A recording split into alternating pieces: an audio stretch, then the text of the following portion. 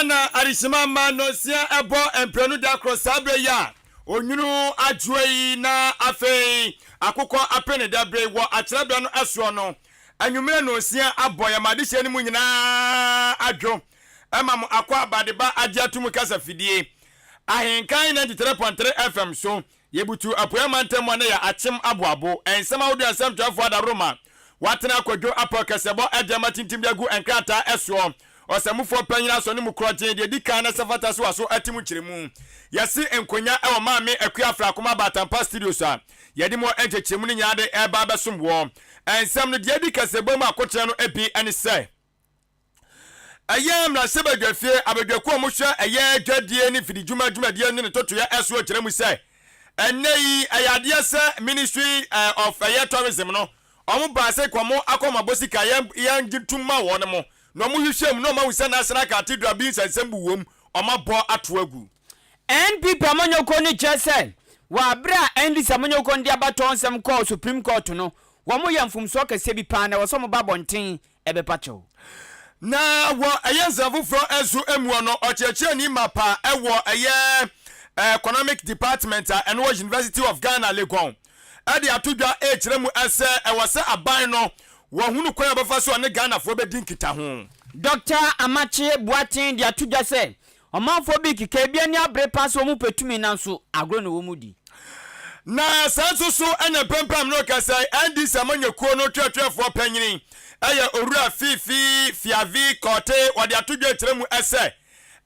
ba wo bai no o hihye ma podi ba beboa ma andi samanyekuo no aya akono o hyenkani bi kra so kwadwuma be ko wi ase ne namu eda asordan anim wei ane ensama fufuro bi aka ho na enne anwumere yesi nkonyan yedi mu enkyeremu enso enam na mayemfa aseda emayen aboafo ai eno eye Ochiman Development Association wonum enka bom ne ntiase wonya opeso oprimpunto de ma Ochiman ntino wosi yankeka yensa ase kakra bi obi abenya bia no yemfa enso empia emputunwuma embra eye Ochiman mu Bempoma Plaza Hotel eye biaye ya homeje biaye na okodwodwo ho no ma wankasa wa wani ebeje ho papa no achi Royal Kingdom Academy eno enso abuabu peace town for kiremu say Royal Carols and Graduation Day no 2022 dia no wode eba ba hihye so yedimo entiremu enso enam ena afe eye Ahenkan 93.3 FM ne kasebdia tetreta aso pempem adia tumunti frase na ne edidwa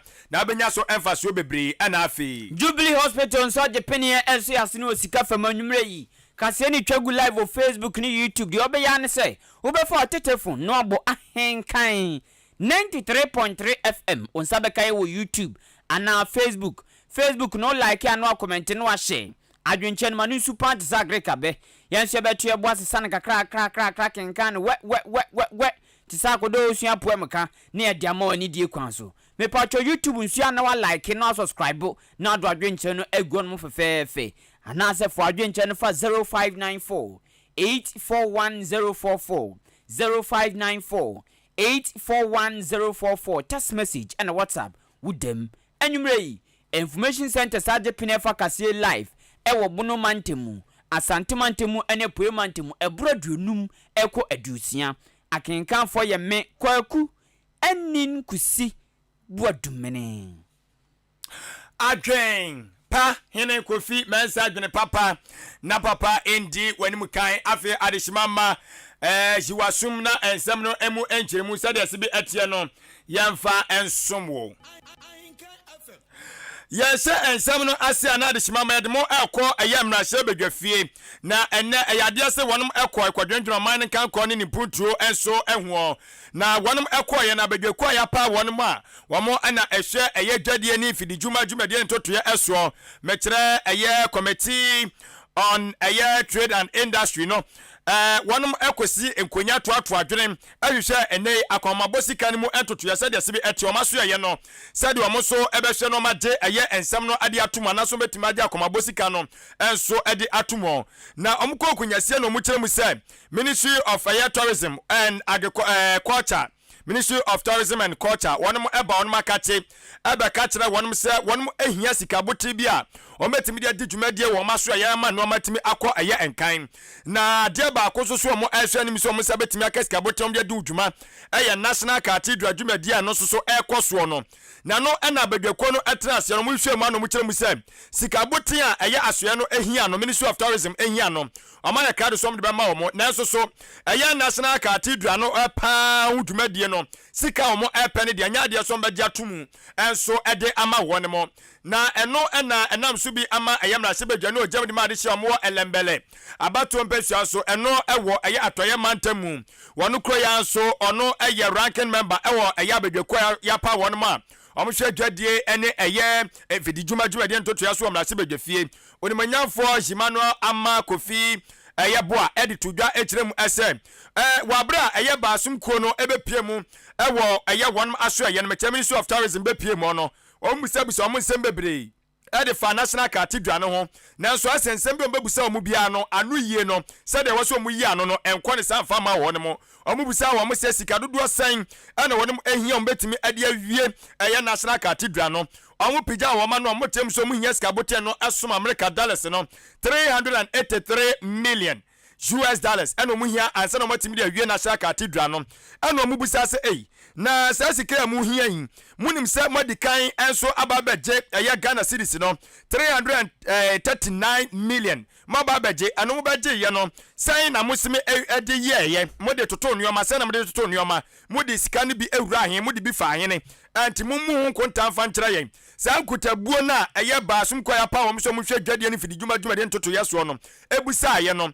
Ministry of Tourism for ntimi anya no amana ansisi so eno omunyina so omugina so se sa na tie de a ene na hu hia se yesa so establish ka wofro sa de ma musan se emo ano de omukọ no yaka o magum na se yeso omunkọ de omo ma ya ne yaka wofro agum da bi enti se omuntimi mu nkonta mu da wono fenchem enfa nkyera Ghana fo de a ene hu hia se yesa so ebe establish ka wofro bi a esa de ma omo se omfa enko bo eye na sa Cathedral no ebla no tisam no ka se de wo chemu se dom keto omra se bedwafie ntitiru omatuo mu nan atiem so omo mpre me yafa sika bia enkobo eye National Cathedral no ebra na se fa kodi hu dwumadie enti no nsem no aye pinso enu atuom se de tudwa kyerem se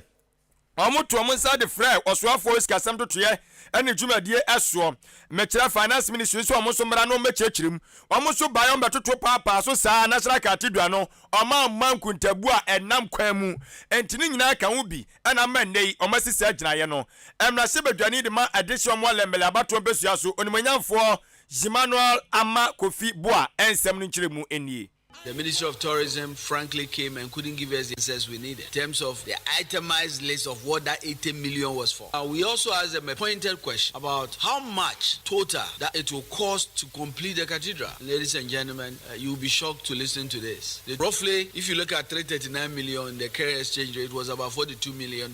They said that it will cost this country 383 million to complete the cathedral, US dollars. We asked them for specific documentation, especially in regard to the tender documents, the procurement processes. We arrived at this very important decision that, one, we are going to approve the Ministry of Tourism budget. We on the minority side will not approve the 80 million Ghana cedi because we are not satisfied with how the 339 million has been expended. We were not clearly convinced how the 80 million will be spent. In fact, we were not clearly even convinced when we brought the Ministry of Finance. They couldn't justify how they use contingency vote, not one, not two, more than 3 times.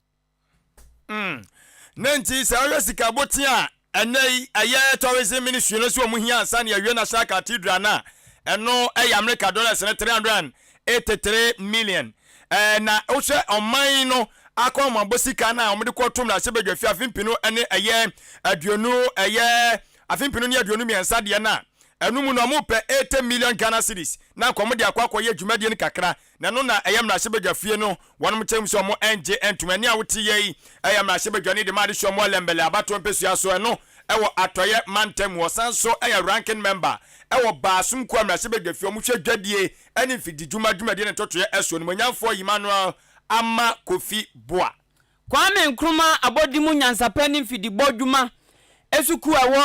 Kumasi mecha santimantema hinukro Kwame Nkrumah University of Science and Technology openyini ba ko ya political science lecturer Dr. Amachi Boatin akasa fie prem asantimantemu na watopete ba bia apete ba bia na smoka ni na ne se watete pa na wahu bi nso ahwia bi se New Patriotic Party NPP amanyoko empempren wom kuto manya wom bu mfinhia makomakon wotwe wọ́n san so epeso mu boom na ombo wura enam na aba beka ho na mfinhia makomakon dumienu teze no ane de wọ́n pe na wọ́n hwe bibia no ane se wọ́n betumi emu wetwinu mu na opanyini si watibi na de otiye no ena ema ne tenase din no sam yawa tisese bi obate o ma ne banufo ena osese senioma baako mienu ehwe de NPP amonyo no ekọ se de oba bemu nsam awdo kan ye ena obedi tumi de oye de oguso oye okoso Bible mu Yesu Kristo Bible mu Nyankopon Bible mu esua ye se me ba be ese sa na aban ne ya na opanyini de wani na tunsaniani ena okache NPP amonyo ko ni se wo mu di agro papa se wo mo de bo mo asafo hene se ye bebu watwum ye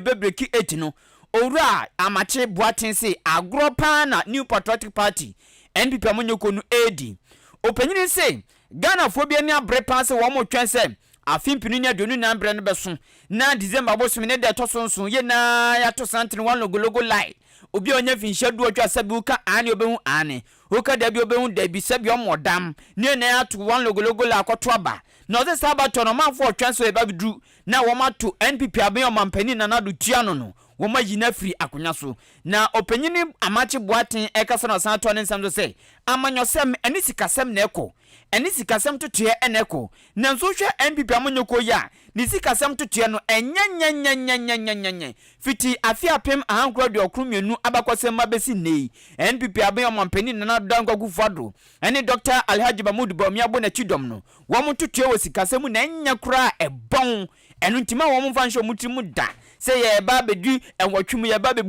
bebu watwum osem wo mo nka bida na enya de be yadwuma Dr. Amachi Boatin sato ne nsam so eka biem se onti ase se eyi yesidi ne nya hoden kakra bia dollar ne ba fam kitwa bi Ghana fo bia ni ade egbo se eriri etontom NPP aban oso onti ase na saban ne se ne sika sam totie ayeye dia eno ntutumri kan kwaje IMF sika ne mla so se sidi na nya hoden a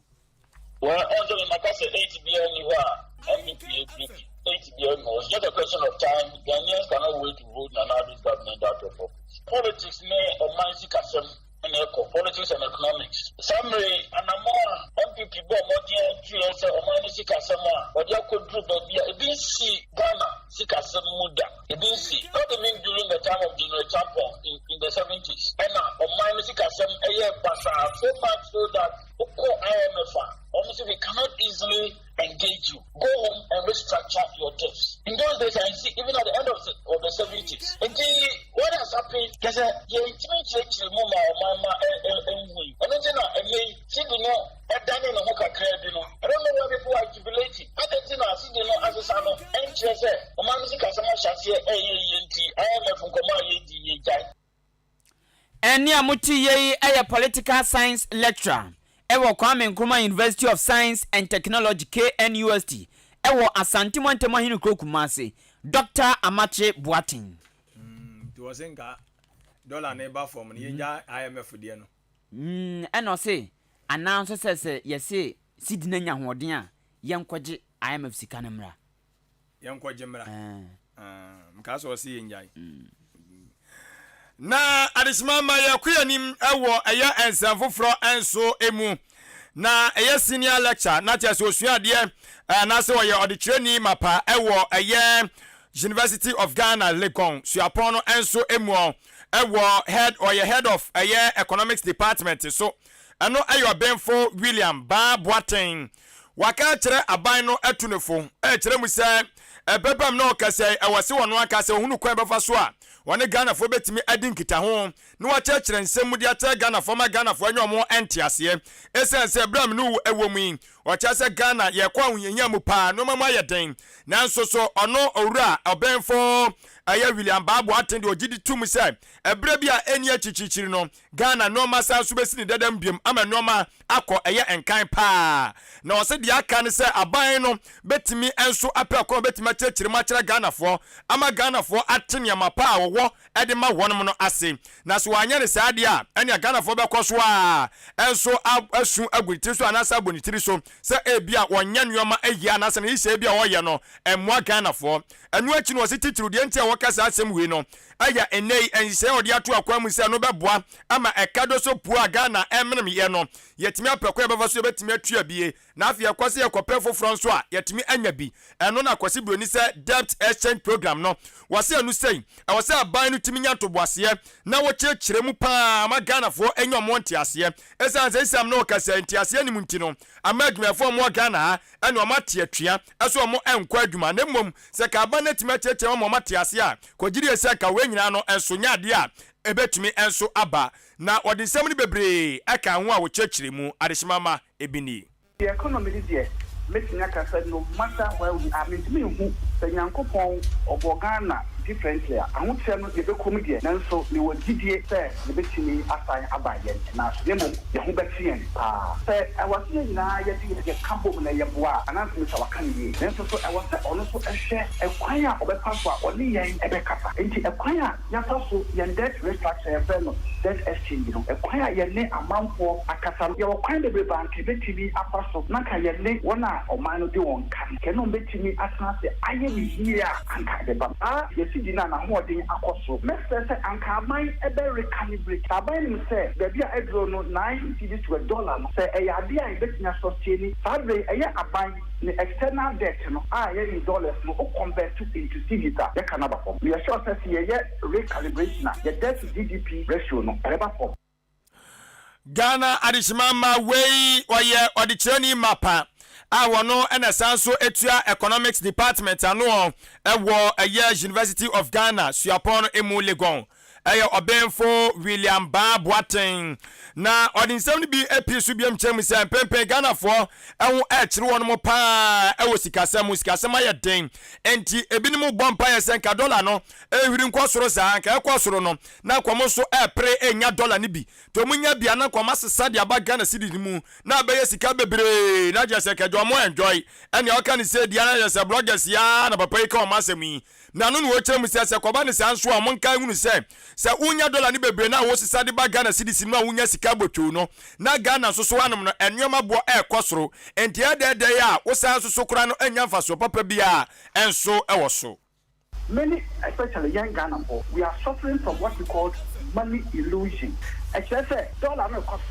Oh, when I mention dollar, na again the cost. No so me cost some many more cities. Dollar no cost na we more cities. And yama boss cost. Ah, again, different some we back for talk again. Again the body. We back for top petrol the body. Gas or the body. We back for top be our bond in the body. And the task of it na we what other for talk again the body and pass on that. And if you say the can a door smart the cry no. Then you more. Government says oh, when you more tax revenue no. All it says affecting inflation. Tax revenue now when you more no better the tia for eka enti senka yetimiye ema yen charges no eba from nanka prices ni bia no eba from one anaka yedina fa ebe ma wo one planning ebe ma me ma planning say ya sidi no depreciate ya e cost fa nyama bo cost to say ya eba from on say nyama bo no eba from say na that is human nature enti the American appreciation of the currency is very good but say and you me ama nyama ama bo ama from say the air cost from nyama bo air cost dia na kiti yakoya ana say buy na wey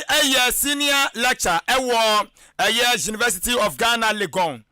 wasanso openyo no netua economics department no annual suapon imo obenfo William Boateng ana adishimama enwumrei watenenka no ewa mamemu afia pem ankro de okru menum se enfinsha 19 bia no so man for Ghana for ni na mprempre dodo henenam 30.8 million no yeni na obi onya finsha du otwe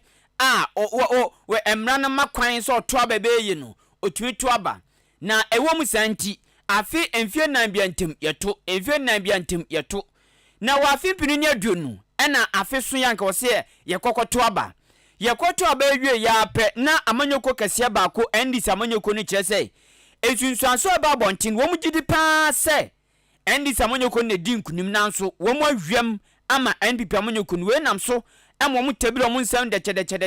de kodan Supreme Court batan he wo man konkron Ghana mu na abra asem ne kokko pie ho no mo no ene ye kwa ha ne ye ba ha ye kwa ha ne ye ba ha ye kwa ha ne ye ba ha eko wiase ebra som ye frɛ NDC amonyoko ni sɛ wo ma som de abadan so court batan Supreme Court no wo mo nsam ne mo nyina so wo hemfa ena sa abre no na twetwefo panyini ma NDC amonyoko no Owura Johnson Asiedu Nkatia bribi fa calculator kwotena wono bobo tata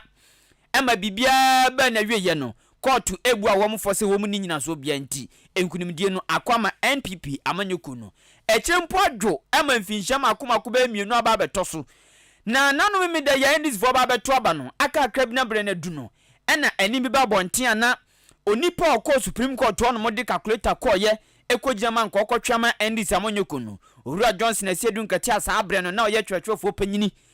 eba ne ba bonten na asama o kan say court ono mo na okọ ne no ni nyina so bia he na wo mo kọ no mo muti no aye he asa ankura hwinim wo mo ni nyina so bia twa no mpeso mo twe ma Supreme Court hu se da bi wo mo nyamresa wo mo nye bode adwo eno akeke no mko ye ti calculator na obo so na 0 + 0 logarithm cos 0 + 1 1 hwe he ni wo mutim na eni ba bontinya penam si ye enkofo di ade afa Ghana fo ko nti we na obi ahu se ntro no mutwa obi ahu se mu ni nyina so bia ena afia sema kwakoye he ni na mu wom koto abawie ye opanyini adinkunim se tam atwe dwemtreni pani Owura Chemofu Sampofo watwunum se teten amanei onipa okomra court batan a no ni nyina so bia kɔbɔ ɛban ma NDC amonyoko no Owura Johnson Asiedu Nkatia waba ba dwemtreni pani we nam so ama saasem we hunti Deputy National Communication Director Man New Patriotic Party NPP amonyoko no Owura Jennifer Queen ababonten say de kane Owura Johnson Asiedu Nkatia no ye twetwefo panyini ko Supreme Court kokko ye nei obabe ya chama ma NDC amonyoko no ekọ ye no eye emfumso kase pa se oni nyina so bia na ukosai Supreme Court brekwa empenufo twetwo huro ukosai wo mo brekwa osi enam sa yoti no Owura Johnson Asiedu Nkatia ene kane mampani Owura John Dramani Mahama wo mo mra bontime pa Ghana fo chew na wo ma emfumso. He has no shame. And Kasabna Okaya said, no money evidence beyond Moko Court, called disturbing Supreme Court, disturbing Ghana 4 times. That was sent to we, in the vote of thanks, no, General Mama, Nanko, the tapo, a bunko to Jonah or Paja National. Nanka John Romani Mama, so bunko to Jonah or Pomato because Omada Ghana for the man Pachawa, a Tre Ghana 4 say, and yet before a Tre said 2024 no more back. Ghana, the last time I checked him to why I call last one, Obianco, BCB, Utania never do an ounce yesterday, Yanyo. In as much as power, and let's also be when your power in any part of the Bedino. You call Supreme Court 2012, you call the what's it? Elections are won at the polling station. From that time, and you're vigilant 2016. How much of one year I don't board or never Mama Command, Romukita results on that. And you may be over Kulu, Mabuamu, by yet to claim more, and they should not say, in as much as say, quiet, and let's be top for my people for MPP. It is for more about what you will be any walk. Yes, if I cook there were agents of air vigilant. Now, I can't ban over who's about when you can. What's in your present sex? You're still in one. We aye Jennifer Queen, one fancy wa.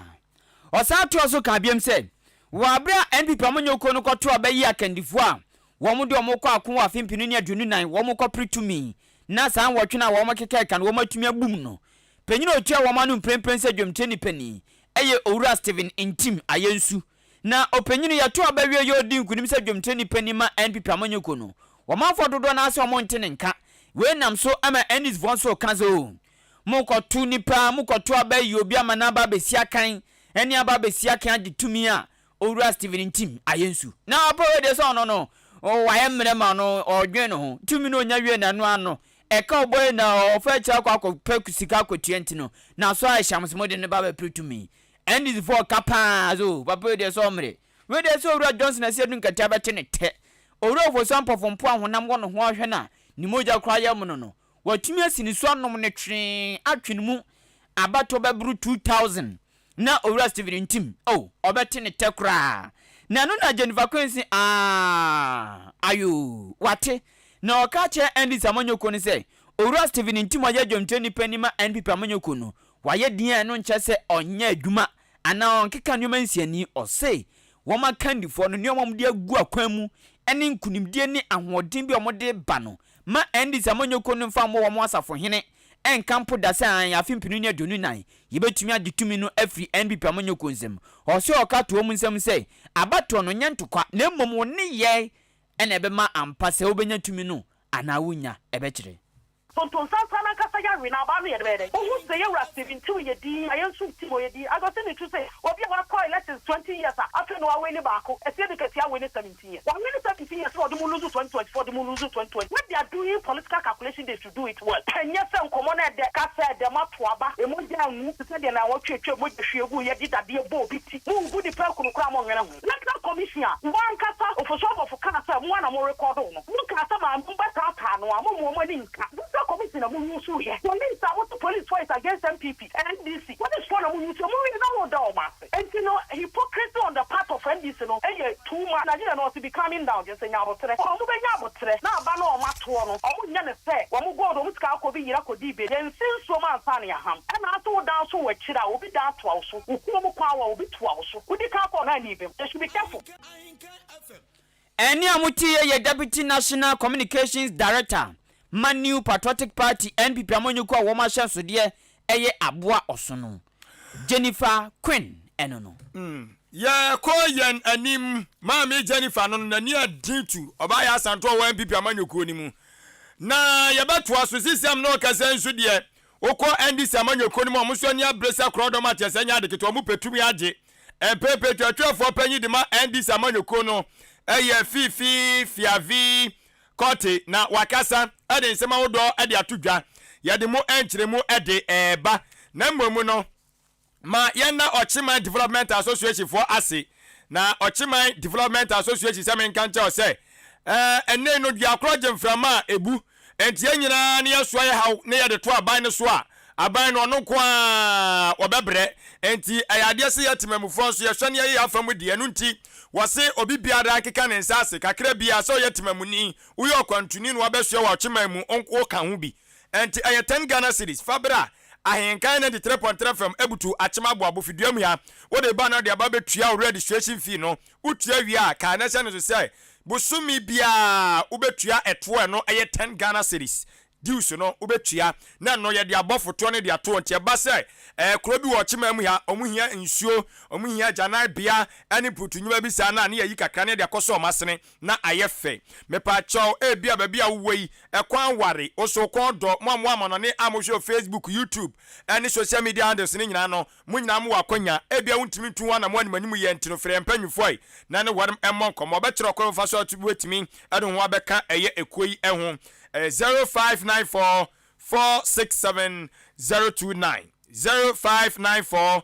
467 029 eno aye Ochima Development Association wasi Ochima tiasinti yanhwe ema no ensei Bempoma Plaza Hotel afina no ahia se ni de wa ene ye kwa enjoy ene akese enya grokra anti mepa cho ewe ya homeje bia ye ane wadofo mo ba nyina no obetimi de o makonom no ma akwadwudwu o mo kama na timi abo kontuni a obepie mo Ochima mu wani aye ontonto toto a mepa cho eye Bempoma Plaza Hotel honom de asomdue kote ambambo de ejana na mo so bia ye do bekwase kwadwudwu ho no urura dan mu a wankasa wani enso ebeje no achi aduane a wopɛ ubenya enso edi ewo adokodoko de a wopɛ de mu ɔden de mu onwono ane de mu ɔden nyina no ubenya nso abobɔ de agu bo kama ama no matimi akonkan kan ye gyana mo so pene a kyese enye adeketoa na mepacho Bempoma Plaza Hotel chiri kwanya yira kwan wo achim odan nkwantanum woduani ebekire mo Church of Pentecost asafo no onom kwantempon eso anas MTTD kwantempon no eso woduani ekire so a ye ne the Church of Pentecost asafo no edi animhwe enso so ewo no maati MTTD kwantempon no woduani kire so abon se the Church of Pentecost asafo no ewo yensa nifa so na afeye so ewo eye wonsa bonkum so saa edi animhwe boko ewo na mepacho Fre yampanyufo na wonu monkomo na ginkyere mu kase biara bo de media ma we so e wo 0249 855 396 0249 855 3 kafra 0249855396 ana afi 0243118500 0243118500 eno B Plaza Hotel ko na kwadwo ho kama ma refi so mo conference wo so de edi dwumade nhyiamudie ahodo ahodo dwumade ahodo na Royal Kingdom Academy ewo Abuabu Peace Town na school ya tetem of bebre nyankopon da Roma afi Royal Carols and Graduation Day no eno so ye de baba sisi so atese enya de ketwa na any activities na do so pa dwumade ahodo ebedie ewo mu no edo so atese enya de ketwa nti we ye beka anwensem enso ewum na afi so no ye wi a eja ye emfonyini anase ye twesi ni kakra de akyerem mmosom ahwe na we no Yesu na woda no ehun dwumadie se de se betie no mfonyini ane ebeye de amamo enti drama no na eno so achi no afi dandan kakra sheki model no eno so bekoso ye wie so ya mamre no se de se be etie no ane e chacha obesu kente besu ni nyina no kete ni nyina ye besa bi so wase ado nyina ye besa wase eno ya mamre de ye wono no eno so ye bedan na di ade akyerem ye wie a ane asate chereche azonto ni nyina se atwam Al-Qaeda ni nyina so ye de be hye so ho enti adane de ampaye bedwa ni die no wane ye kwakwaje no Nyankopon adoma eda ukuada ye Nyankopon adoma da wo kyera ana dwumade no eba so 21st December 2022 ana dwumade no eba so ekoso ewo asene the backgrounds eho ana chesa adishimama ye bekwakoye dwumade no anopa no nwotwe Kain na ye frasie na dwumade no aise so dada mepa cho asem tipo ayede atoso no ene say learning for life not for school. Learning for life, not for school. Enti usua de ade ama wankasa oda achi no abrabo na mom nyese ebia school ni keke nko school ni saa bi keke da bi ye de na ente saa ti weni se ni mepa cho be friend panfo no agi kire mu kase biara ebro de amida ma wi eso ye 0249 736230 0249 736230 eno Royal Kingdom Academy enya de ketwa ena da no nyame bua Boxing Day ye 26 December no Ahenkan FM ye be wo so ye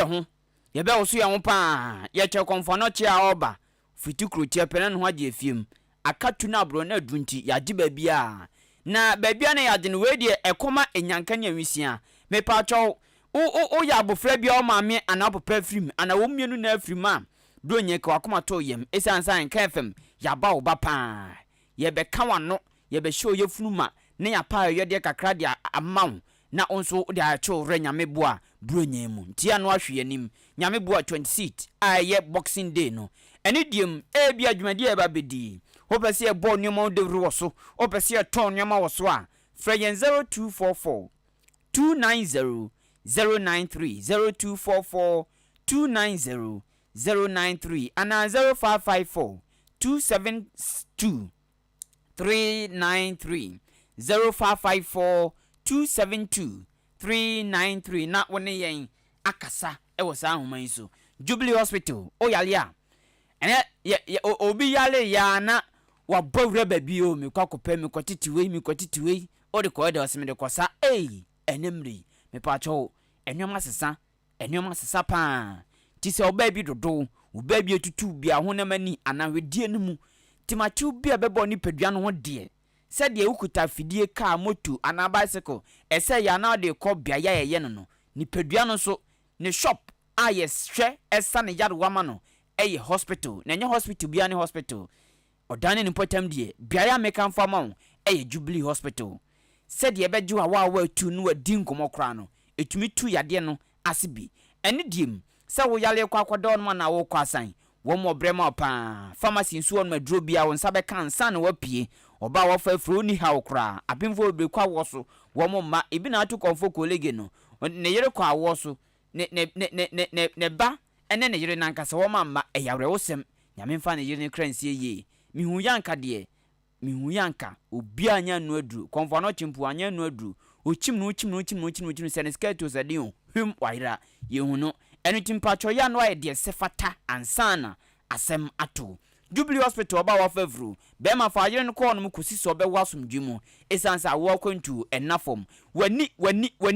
awiabo na prunsu ebia ni ase tumi yi mpio chen gina moa ebi nso awiabo na ohwade ontumi hwe kra eni dim eyo hawo ohawo ntino ye wo wom so etu ase ho Jubilee Hospital wom wo eye clinic ankasa bibia wom be yam eseti yade ene mojabroso oda na wada wo ho okoka yi Jubilee Hospital canteen wo ho insurance nso eye adwuma eni dim ufra aboabo ko dan wo nsani mfa so ye fra ba bi amantra ensam so ne so ho no mo na Jubilee Hospital wo fra 0244 575799 0244 575799 ana 0241 784 645 0241 784 645 na woni Jubilee for endings also na ohaw ni na no wo mo betu ase ama afidu a ebiblem se de die bro nya no na eye ne gye nko a enu nti eyi odan kronti hini oprimpon jamfisa fro chede krata ba bonti wom se ya bredede ewo bro nya mu no omanfo to sapapa omanfo ebusa ebu omanfo abampa sanse akwai se u tukwan u ko tuka se fangu nim petronim obeda tu ye bedi bro nya na no dede odabi enye de ti amomanfo abamabu pa na ye de ye ba bedi agrobia no nya de yo ebo de obe chane pass me wa pass no nya de bia jani ye de ye dem pass na bo so mfo so mcho mu ho go busy pass wa wo jiro mu I was mfo mcho mu ho se ayamamre ye be ya mamre na mania manana ma bo so mfo wo kutuku that was a much more mcho mu ho mbere pass no so de se taxi driver se be chi bebro pi nti se obot wasu sa wasu betima ya shi se ebia obi ewu na won sada pe ana ye fro ana ambulance nso ambulance nso o so ndi obi yare o se nana no spare ambulance for so spare ambulance for almost spare ambulance so obi yare dia no dia wo reason but enye unnecessary noise bia asem we kotoku hima na ayi akwa santo anso eche se mabru no obia betuma ededo pe bia wo se adamu bia ni bia ntia no so na yes asemu aede basa na so mu nyira wo ya ka se na se asem wo mo ho atrenkonya yi mu se mu ntamu nyo asem wo ho ti continue wone yi na si ya breadedi ohima si ya breadedi bia ti why na ne de wo soro ti krontin ne ohima anho na ntumi wosoro na se we ni de ntumi wosoro ya de ka oba se uhwemu atumi se ye analysis ne ya access analysis nti wanka betie hwan media se uhwemu asisi ane de ohin na ne ai kogusi me fa so hate ne ko ate na on na akopa mo me nya sa me ba se bia wai ai mayam ko ai pa cho no ya din ye the pass ye be but ye be che players since born ye be bono enhihye wo ho so hu nyonko na pass na susu tiem kojoje o yes ha anfu betuma me aso ayeshi na nso ni a ebe ba so ye be bobo nyame bua me me da we yi ampaya ebe ji tu Mijinambi tiabra behembo December 24th memenda wa chima boabo sakasaka park me say ho be de papa enu tibra ebesi nei teams a adepene aba betintim nkrata so mbebo bi no ye wo aboabo Wonders FC Batabi FC Oko group bia ye wo young members of Barcelona YMB wo mu jinem group A ye wo Batuka Stars wa chima boabo teams no doso mentumi mboni na tiya no hye ne na ya gye ni abom eni dim opeso ohu dodo na afa akansi a eba so ehu ana opeso obo nyomo de ru wo so a agudie se ne ya enwoma ema mema no esa wo mo yadoa ti se mema duro ne sa nyomo ne ya ekopa ntimi de me tuvu se bia wo bam cream bi wo nduro bi ana wadwuma bi a mabru na ndu aya bode ru wo so ebeboa wo 0244 290093 0244 290093 na wone Ahenkan FM endinsa osofa dwumadino Ghana adesimama ya tuaso ewo anwumre no sia Ahenkan Kasiebo ni mu a amanyosemu ne yedu esanso ekwa akowrai na empempen NDC amanyoko no wonomo echiase twetwerefo dibra no omode ahye eye owura fiavi kote ensa sa wono enhwe no ntoto nneoma emfama wonomo na no na opanyini nso ba montede sema odode abetu dwa kyeremu se wone brei so se twetwerefo panyi di man National Democratic Congress amanyoko ni de wo de wo amanyoko ni mu na do aye ho se uye Judas enti ubedi ko na tia na watietie ko ni mu nsam na wote ya pa wodi secret na de akoma amanyoko bi se de be ya amanyoko kro no ombehu NDC fo nyina soso omudwumade no mhye bi omudie no ene wo sa nipa no so ahunso ye esanse so waye ho pataku no wabe franyanti ni mu a wono be force wa fifi mu a jiwa pie na wodi de be ya wo no wa kasa waso ebe ya se pa afenso o ka kire Ghana fo se Ghana ni bi ono so be na adwen se afimpinu ni aduonu enan abato no ene se wo be fa kwoti kwa so na waboa amanyokuo bi titiru ni MPP aban ama wono man kasa nkasa omuni nso medi nto na so nkrofo be da wurawura ase ni suma se afo so ase de be ya MPP fo omsan so nwotwe no mebumu abreki 8 ni dia ne wo sani pa so so gina ye sanse nya dia so mba te ase ne ate ase kyena afipinu ni aduonu enan abato no Ghana fo wom kwachiro madwena sa adwenche na Ghana fo akire no ombe hwese sa adwenche no eya adwenche a emuda wonom fine na ewiemu bia nso ankoso na titiw ni de sisi amene okasai wachese na manyoko na nkasa no enkofo bi wonom a amayomo adandantoma ena omu amanyoko ni mu wom na obetu nani so etade asi wonom so no ayase sa afo ni nyina no wobehwe na asotwe asefata no ya yomu nyina pie ne de ama wonom na no atimi aboa wotem se pempem no kasa Ghana sade economy ne te no enyina ye baako sei enu nti Ghana fo nyina ba mabu awo bia hwa ni mu se NDC amanyoko no omde tumi ba ma wonom enu nti enu wakasa nkofom so afom adwene se sa na ekode ne yesoso ye be wurawura kotikwa bi so nya chinchim omonsa na se kobampo se sa na Ghana fo aka se de tumi ne ba ma NDC fo a ya mana mam na sa afo no enu wotu wonom fo ene anwumere. The leadership is important, but the voice and the will of the teaming supporters of the party and those who are sympathizers who want to change, for example, will be the much more important thing. Now, if there is anybody who is even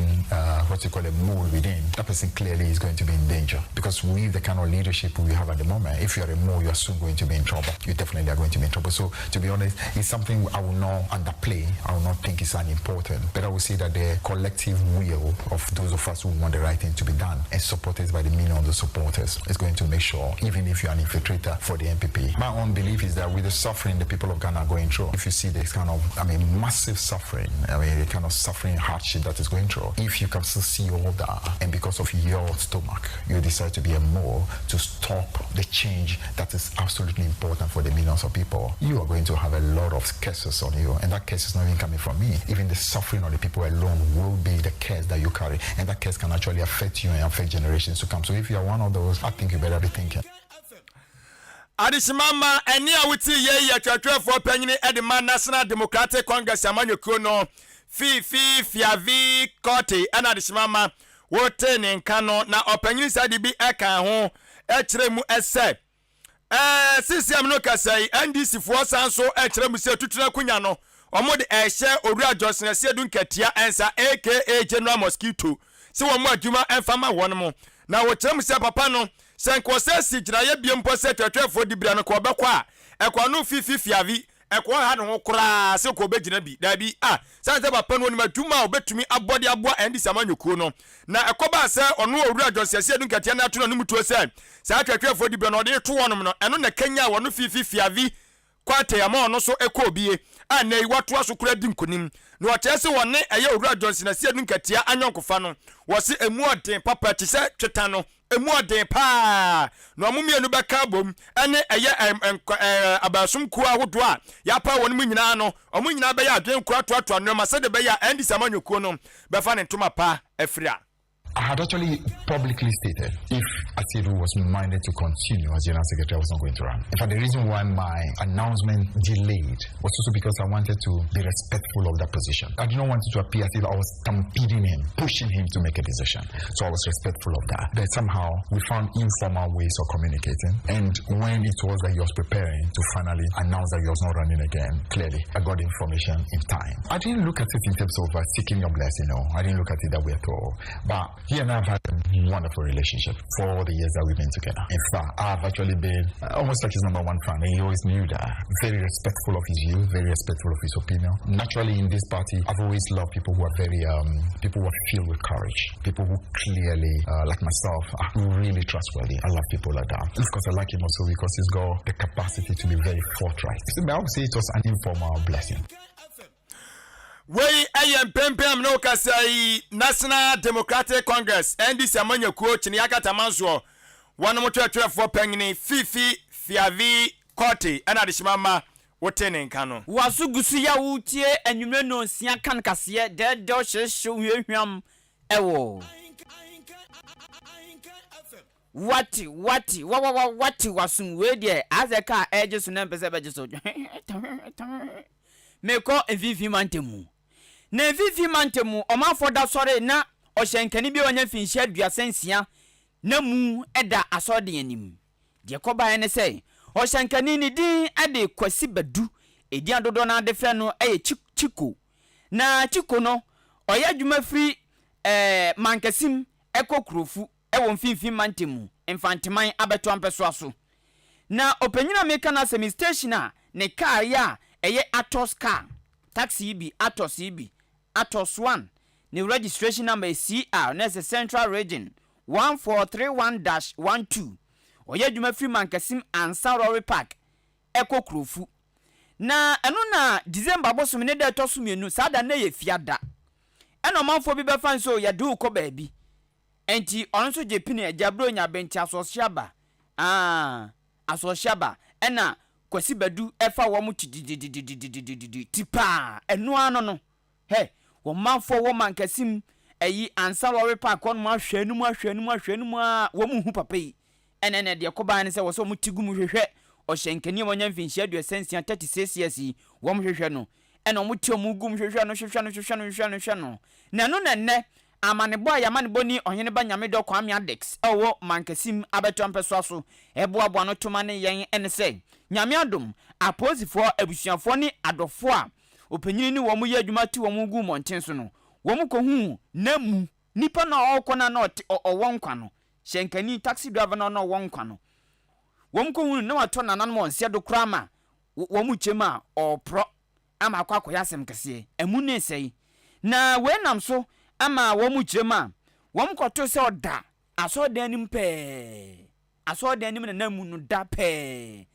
eno no bebia na da na ye fro no mo ansade bro no wo mankasim abeto ampeso aso we akwa yasem kese apusu ahyenkafo taxi driver city through ene adwadifo na abusua ne se wo mu suro papa panti we wo mu sra ban no ene Central Regional Police Command se wo mu hwantoto nyoma na dia sinso wo mu nya hwemu doko no mu yi nipa kro di saa ewu no wo mu yi ne to ena afi biem wo mu mo ahyenkafo ne titiri ho ban hyehye beboa ebebo wo mu ban wo mu hwemfa ngu akwan mu na emoa emprempren yaman boni ohene ba nyame do kwame adex girema owura kwasi badu adodo na afa ne chiko wanya 36 years taxi driver obi adina wuyaya yi na munu akwakope Cape Coast Teaching Hospital emkrabia wo mo papa no na wo maboa manhwemu akoso na ya aho ye free police fu nwoyi ya ma na ye wo ye kofu men pese da asa de nwoyi ewe ya mo boa he ya ye hwehwemu bia inde mo mu 2 weeks oya na Friday ni ya sa ke ye me chede we ku ordinate asa de jedi police station ni want to go baby oya so da ni masa ya kwhwe ye na kire ye nua ma ya ye ntumi ya na hwe mu kire ye hwe na ya pale abi da wo ma he da na ye wan wen be ya hu na the car adan no ho bia na wo de kote na wa achichime na we ku ni da ho pa pro na wo ma so oboni mu achichi ko do am shishie wo so kwa kan dia na se obi tumi be chew na so kokun a ya anasa wo ofie ni asini kun awu a wagya mmɔframma no nyinaa gu so na wawu a ɛɛya nti saa nkɔfoɔ no ɔmo yɛ saa de no na wɔ sɛ aban nso sɔre. Wei ɛyɛ ahyɛnkafoɔ bi taxi drivers wɔ mu nua bɛrima baako 36 years kwasi badu a wɔnya mfinhyia aduasansia adodo na afɛ ne chiku ɛne abusuafoɔ bi ɛna wɔn de ɔmo no de sɛm to dwa ɛwɔ mankasim ansa lorry park ɛhɔ nom no. Ti amanfo adwenkyerɛ ho. Amanfo adwenkyerɛ. Obɛkɔ Facebook na na. Menkɔ Facebook sɛ SMS ma de a. Ɛna ɔmanfo adwenkyerɛ baako menu a aba yɛ ma kwan so ɔmanfo kyerɛ ɔmo adwen fa Facebook live, YouTube, SMS ɛna WhatsApp na menkɔ Facebook kane. Facebook ɛna edi kan adwenkyerɛ ba yɛ ɛne sɛ wayera me ɔyɛ teacher Kojo Tepa anyina susu ɔse wɔmanfo a wɔ Ghana ɔpayɛ kyɛw yenya gidie wɔn nya gidie wɔ NDC amanyoko mu simo wɔn nya gidie wɔ NDC amanyoko mu kafra na NDC amanyoko no sɛ yɛ kantro paa ebi obi nte entrase na ɔkɔgɔgora kɔsɛkye onyai ɔmɔ nkɔgɔgɔ kra omusa NDC ni bi say what is entro ono a wan kasa na ompo ne ye be kire na se o se entro and this phone nim tro twa papa o de afa Facebook live abancho se magana for entro so de enya de panti ni akiri and this one Ingobeg no fi beniana and this work Ingobeg o say very nice kasianya very nice bema ye da so nyame nhira amwani fita yenipa asama kase na ode adwenkyere we fiba de bi o share live on Facebook o se o share na good news o se NDC ntumi ndi nkunim ewo 2024 da because o mampani na nado ene na ban wo mu badwuma pa sami koi enso kire se NDC amanyoko no aka ndi fofra wo mayi wo mu no wo mu fa bibu foforo bia ma de dadana jomanfo yi o mani na monwe nipa obetumi aboa toto nneama ho eno no ye NPP aban o mampani na nado tua no osio no mum na Ghana fomfa mo ho ento no so Felix DJ Opeden Opiademo opa me ana menim so Opiademo de bi nya opa me osio de frikuma se swame na NPP party no Ghanaians munya gidie ewum Ghana fo nya gidie ompa na MPP amanyoko bi a ote kra na wamen nana kwame mensa bonzu osi oja kase na edewu ja tuato pa Steven Kwaku Abuaje edifri nwabiaja amuaman osi omampani nanado ene napkofo yi na oya omudeni omuwo napkofo ni wu papa nti aban osrada odi omukase bem hwe na tiama wo mu Nana Kwame Mensa Bunsu Asamba say, thank you all. This is Nana K from Odan Judru. Oh, Nana K. And you know you chia papa chia Judru phone na. Me jidi so bia ho ye. Na ye mfansi anu se ne enko SMS mra. SMS no we say o mayemo ni adwumaden a ye bo. Ye frɛ no eye La Posta. Na wo so de frɛ achimbotwe na o chimsa Ahenkan Kasiebo ne de eni sesuo ewo eye apuamantam ya. Wachia eye Gloria ba na afe super na sapato oso mu nyina wo achim botwe yachia wonom ede amawo we so echerem so ma nyina afihia pa na wachia eye okran busuafo de nyina Cecilia Okran Mary Okran Agata Okran Peter Okran wase afihia pa o na nyakopon so enhwe so na afese se nyina ye tenkwam ewo asomdue mapane nyakopon ahia ye nyina mako wase ye frɛ no ye boa Samuel wodi free eye KKB kokoben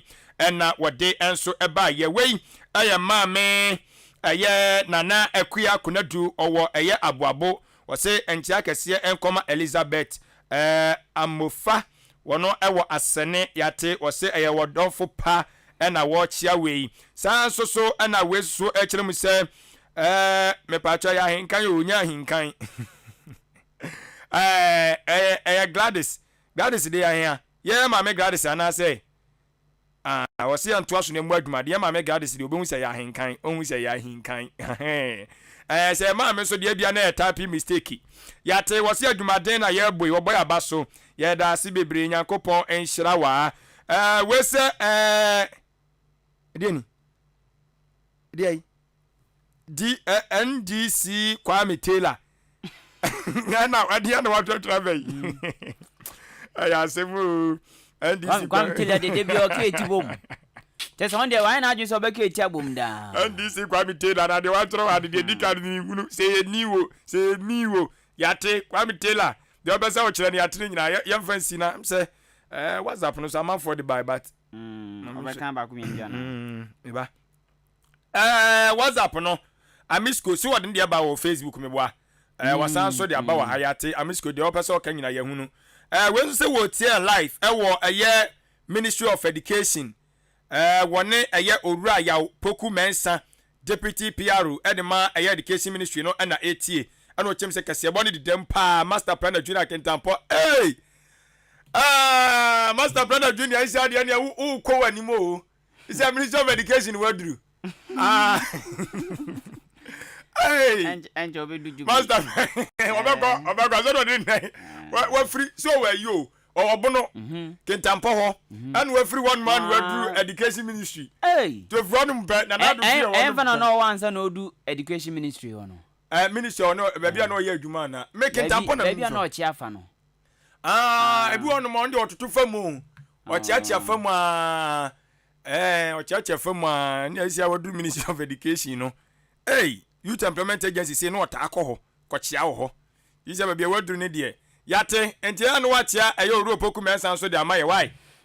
One also one of fine gentlemen, pa or boy Jumadine, gentleman be or boy Jumade pa. Okay, Yate, ya call your friend Madura, Opama dear, Ewa, Chimasene Bangalo, Achimasene or any papa. When our apprentice need na man member the old boy be yam or yopo. And remember Dora me chia papa.